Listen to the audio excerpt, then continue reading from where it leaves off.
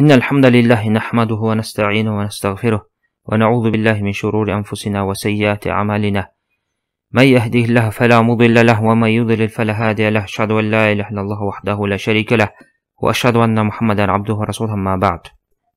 Өткен жумада şu тазалык китебин баштык, фикh илимине байланыштуу. Анан дарат маселесине кирерден мурун дарат алууда колдоно турган суу маселесине ошого байланыштуу кээ бир маселелерди алганбыз. Бүгүн ошол алган темабызга улай эле ошого ылайыктуу кылып идиш аяк темасы. Анткени адам баласы дарат алганда же болсо гусул алып жуунганда сөзсүз түрдө кандайдыр бир идишти колдонот. Мейли мурункудан бери колдонуп келаткан бир идиш болсун, же болбосо азыркы заманбап жасалгаланган жаңы идиштер. Душ болобу, же андан башка болобу, кандай болбосун, ошонун баарын биз өкүмдөрүн билишибиз керек. Анткени сууну ошол идиштерге куюп алып колдонобуз. Дарат алабыз, гусул алабыз, андан башка тамак ашка же андан башка муктаждыгыбызды же болсо керектүү нерселерибизди жасаганда идиштерди колдонот. Сөзсүз түрдө баардык нерсени жаратып ошонун баарын адал кылган. Негизги эреже бул жашоодо баардык нерсе адамдар үчүн арналып Аллах субхана жаратып койгон. Ошондуктан негизги эреже адал болуп саналат. Анан качан гана шариятыбызда Аллах субхана тааланын өзүнөн же болсо пайгамбар саллаллаху алейхи вассаламдан кандайдыр бир тыюу келген болсо, ошондо гана биз тыюуга баш ийип, ошону карманабыз. Мисалы бир нерсени арам деп айткан болсо, же бул нерсени колдонбогула деген болсо, демек бул нерсе арам экен, колдонгон болбойт экен деп ошондон тыйылып Аллах субхана таалага жанагы элчисине баш ийебиз. Ошондой эле маселени айта кетсек, негизинен жалпы жөнүндө ошо баардык эле идиш аяктар адал болуп саналат.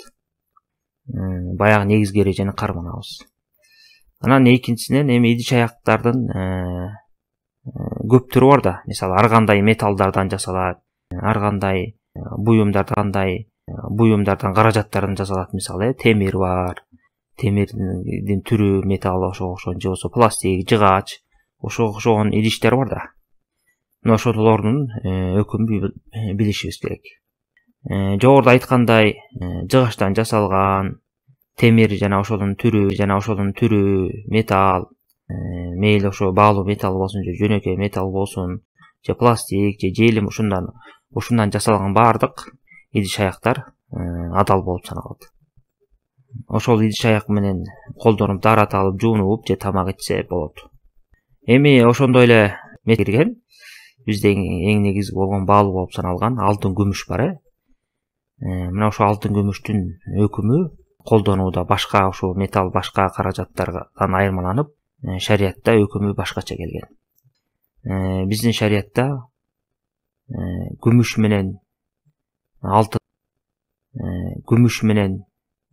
алтындан жасалган идиш аякты колдонуу бул арам болуп саналат. Анткени пайгамбар саллаллаху алейхи вассалам бул нерседен тыйган. Мунун далили ошо Бухари, Муслимде келет. Пайгамбар саллаллаху алейхи вассалам айтып атат, алтын күмүштөн идиш аякты колдонуп тамак жеп, суусундук ичпегиле. Анткени ал идиш аяк силер үчүн акыретте берилет, алар үчүн бул дүйнөдө берилет. Алар дегени бул эми капырлар, динсизтерге бул жашоодо ошо алтын күмүш берилген. Ошону биз болсо акыретте колдонобуз деп пайгамбар саллаллаху алейхи вассалам баса белгилеп айтып кеткен. Бул маселеде алымдардын ортосунда талаш жок. Бир ооздан кабылган ижма менен кабыл алынган. Демек, биздин шариятыбызда алтын күмүштү колдонуп, мейли аны менен тамак жейбизби, же башка бир нерсеге колдонобузбу, кир жууйбузбу, же дарат алабыз, гусул алабызбы, бир ошондон жасалган идиштин баары тең тыюу салынат. Анткени бул жерде колдонуу деген маселе бар. Колдонуунун кандай түрү болбосун, ошонун баары тең тыюу салынат. Алтын күмүштөн тыюу салынат. Алтын күмүштөн жасалган идиштер. Эмне себептен колдонууну жалпы айтып атабыз? Анткени жеке эле алтын күмүштөн жасалган идиш аяк менен эле чектелбейбиз да. Андан башка дагы нерселер бар. Азыркы заманда, аябай өнүккөн заманда ар кандай нерселер чыгып атат. Мисалы алтын күмүштөн жасалганчы үйүн кооздогондо мисалы үйлөрүнүн эшиктеринин туткаларын же болбосо дааратканасынын жанагындай краниктерин, туткаларын же душ пуш ушундай нерселерге алтын күмүштү аралаштырып жасап коет. Же болбосо кадимкидей эле алтын күмүштөн жасалган идиштерди колдонушат. Кашык, вилка, ушундай сыяктуу. Мунун баары тең эмне тыюу салынат. Эң негизгиси кандай жол менен кандай баягы шартта колдонулган болсо алтын күмүш, мунун баары тең эмне тыюу салынат. Мына ошонун ичинен биз даарат алууда. Мисалы кээ бир идиштер алтын жана күмүштөн жасалып калып, анан ошого адам баласы баягы даарат алам деп калса, биз айтабыз да, болбойт. Анткени алтын күмүштү колдонгонго болбойт, тыюу салынат деп айтабыз. Ошол себептен бул маселени фикх илиминин ээлери айтып кетишкен. Адамдар түшүнүп, эгерде үйлөрүндө алтын күмүштөн жасалган идиш болуп калган болсо, ошо менен даарат алып колдонушпасын деген максатта айтып кетип атышат. Эми азыркы убакта карапайым адамдар мындай нерсени колдонбошу ыктымал, бирок да бай адамдар да кездешип калышы ыктымал. Илгери баягы күмүштөн жасалган тамак ичкен же болбосо жуунган адат көп эле кездештүү да, азыркы эле заманда кездешпей калбаса. Ошондуктан бул маселени биз жакшы билип алышыбыз керек. Мындан тышкаркы, алтын күмүштөн тышкаркы кандай идиш болбосун, кандай баалуу таштан жасалабы, баалуу металлдан жасалабы, анын баары тең адал да.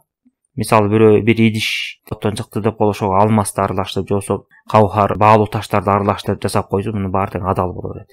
Бул арам бир гана алтын менен күмүшкө тиешелүү. Андан кийинки маселе.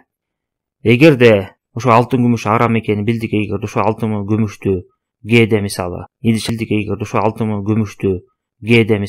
идиш аяк сынып калса, ошону бүтөп жамаганга колдонсо болобу деген маселе бар. Албетте, эгерде идиш аяк сынып калган болсо, алтын күмүштү алып, ошо идишти бириктирип, жаракка кеткен жерин бүтөп колдонсо болот. Бухариде келген Анас ибн Малик деген сахабанын риваятын карап көрсөк, ал киши айтып атат, пайгамбар саллаллаху алейхи вассалам идиши жаракка кеткен кезде жаракасын күмүш менен бүтөгөн деп айтат. Анан ушундан алымдар түшүнүшкөн, бир муктаждык болуп, идиш аякты жамоодо, бүтөөдө алтын күмүштү колдонсо болот деп айтып кеткен. Күмүш боюнча талаш жок маселе, бирок алтынды кээ бир алымдар тыйган, күмүш менен эле кылыш керек деп. Бирок туурасы Аллах алам алтын деле боло берет. Анткени пайгамбар саллаллаху алейхи вассалам күмүштү тыйып туруп күмүштү колдонбоду, ошондой эле алтынды да тыйган, ошондой эле алтынды деле колдонсо болот. Күмүш кандай колдонулуп аткан болсо, алтын деле ошол сыяктуу. Аял кишилер күмүштөн, алтындан жасалган сөйкө, сепачка, ушундан башка нерселерди колдонуп сулууланса болот. Эркектерге тыюу салынган. Эркектерге болбойт, эркектер күмүштү колдонсо болот. Мына бул жерде эмнени айткым келип турат? Бул жерде карасаңыздар, шариятта тагынуу, кийүү жагында кичине жеңилдик берген да алтын күмүшкө. Бирок жанагында колдонуу жагында, идиш аяк катары колдонуу жагында өкүмдү катуураак кылган да.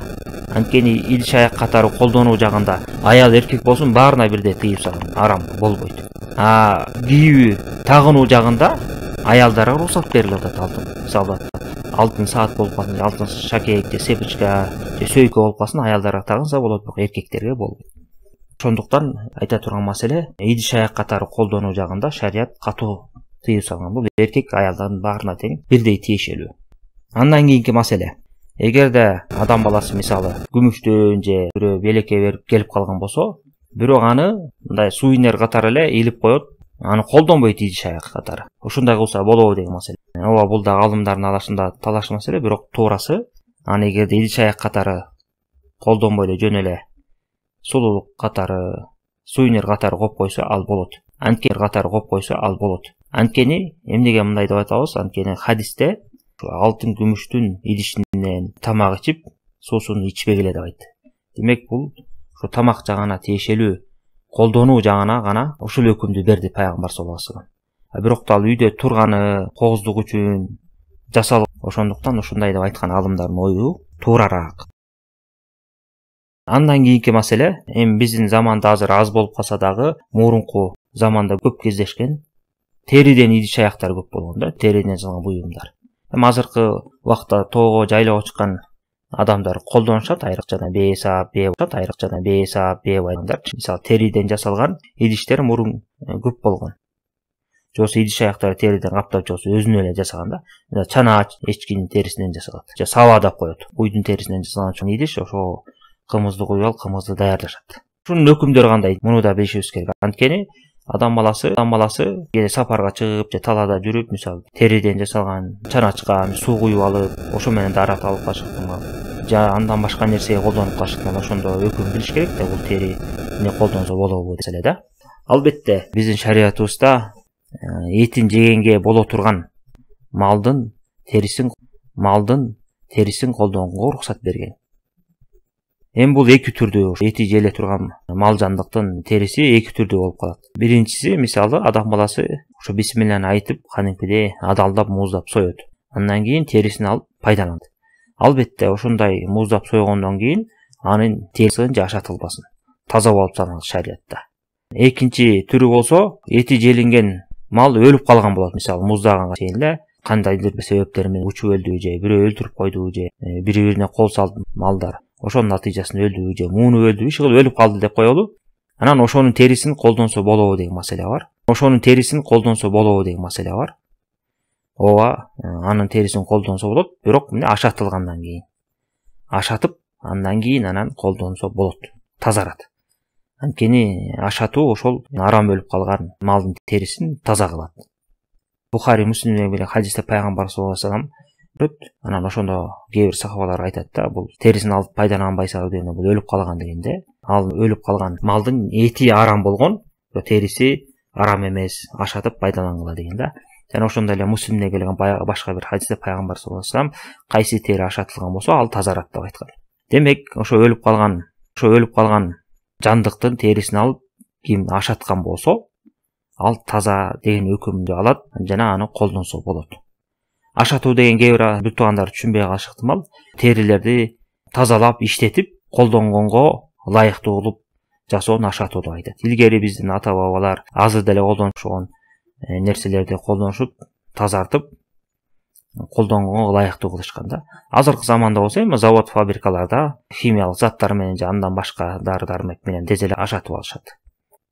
Мына ошондой кылып кандай жолу менен ашатылбасын, мейли мурунку жол менен же азыркы жол менен ашатылып калган болсо, мисалы күндө калып, күндө туруп кургап, жаман жыттар кетип, колдонгонго ылайыктуу болуп калган болсо, мунун баары тең эле жарай берет. Андан кийинки ушуга эле улай маселе, демек мунун натыйжасында биз айтып кеттик, эти желе турган малдын териси ашатылса таза болот. Эгер эти желбей турган жандыктар бар да, айванаттар бар. Мисалы арыстан, жолборс, карышкыр деген ошого окшогон. Ошолордун териси ашатылса адал болобу же болбойбу деген маселе бар, алымдар арасында талаш маселе. Бирок Аллах алам туурасы алардын териси тазаланбайт. Анткени алардын эти өзү аны бисмилла деп сойсо деле адал болбойт. Ошондой эле териси деле ошо бойдон калат. Пайгамбар саллаллаху алейхи вассалам ашатуу менен таза болот деген хадистер жана эти желген айванаттарга тиешелүү. Жана ошондой эле Айша энебизден жана андан башка бир сахабадан ушундай маанини түшүндүргөн риваят келет. Мындайча айтканда, ошо эти желе турган малдын териси деген мааниде келет да. Ошондуктан алымдардын ой пикиринин ичинен туурасы Аллах алам, эти желбеген жандыктардын терилери ашатуу жолу менен тазарбайт. Мына бүгүнкү сабагыбыз кыскача ушундай маселелерге тиешелүү болду. Кийинкиде иншалла Дарат китебине байланыштуу маселени улантабыз иншалла. Аллах субхана таала пайдалуу илим берсин, ошо илимге амал кыла турган мусулмандардан кылсын. Урматтуу угурмандар, ушу азыркы айтылган темага байланыштуу суроолоруңуздар болсо бериңиздер. Колдон келишинче жооп бергенге аракет кылалы. Иттин терисинен бут кийим, куур, мели бирдемкелер жасашат, демек ошондой болбойт экен да. Ит өзү арамдын териси ашатуудан кийин деле таза болбойт. Иттин жүнүнөн мисалы кышында байпак жасашат экен, жанакындай жылуулук берчү нерселер жасашат экен да. Жакшы жылуулук берет деп. Туура, жакшы суроо бердиң. Жогоруда айтып кетпедик, ошол маселеге байлап айта турган болсок, албетте иттин териси тазаланбайт ашатуу жолу менен. Бирок иттин мындай эч кандай кан жүгүрүп жашоо кирбейт ал жерге. Ошондуктан алымдар таза деп өкүм берген. Мисалы, өлүп калган эти жерген айван бир жаныбарды аттап коелу, жылкы өлүп калды дейли. Ошонун терисин албай эле жана жалын алып туруп колдонсо боло берет да. Ал ашатылганга муктаж эмес, ал өзү эле таза. Анткени иттин жүнүнө, андан башка ошондой жал, пал деген нерселерге кан жүгүрүп жашоо жүрбөйт да. Ошол себептен аны адал деп айтышкан. Анан азыркы заманда иттин жүнүнөн ар кандай нерселер жасап, жылуулукка колдонот деп атпайсыңбы? Ошол эки түрдүү болуп калышы ыктымал да. Ошо жүнүн эле алып, башка жолу менен алып, ошону аралаштырып жасаса, албетте ал адал болот, колдонсо болот. Кээде териси менен кошо болуп калышы ыктымал. Эгерде териси менен болсо, анда ошо териси үчүн анда болбойт. Аллаху алам. Assalomu alaykum va rahmatullohi va barakatuh.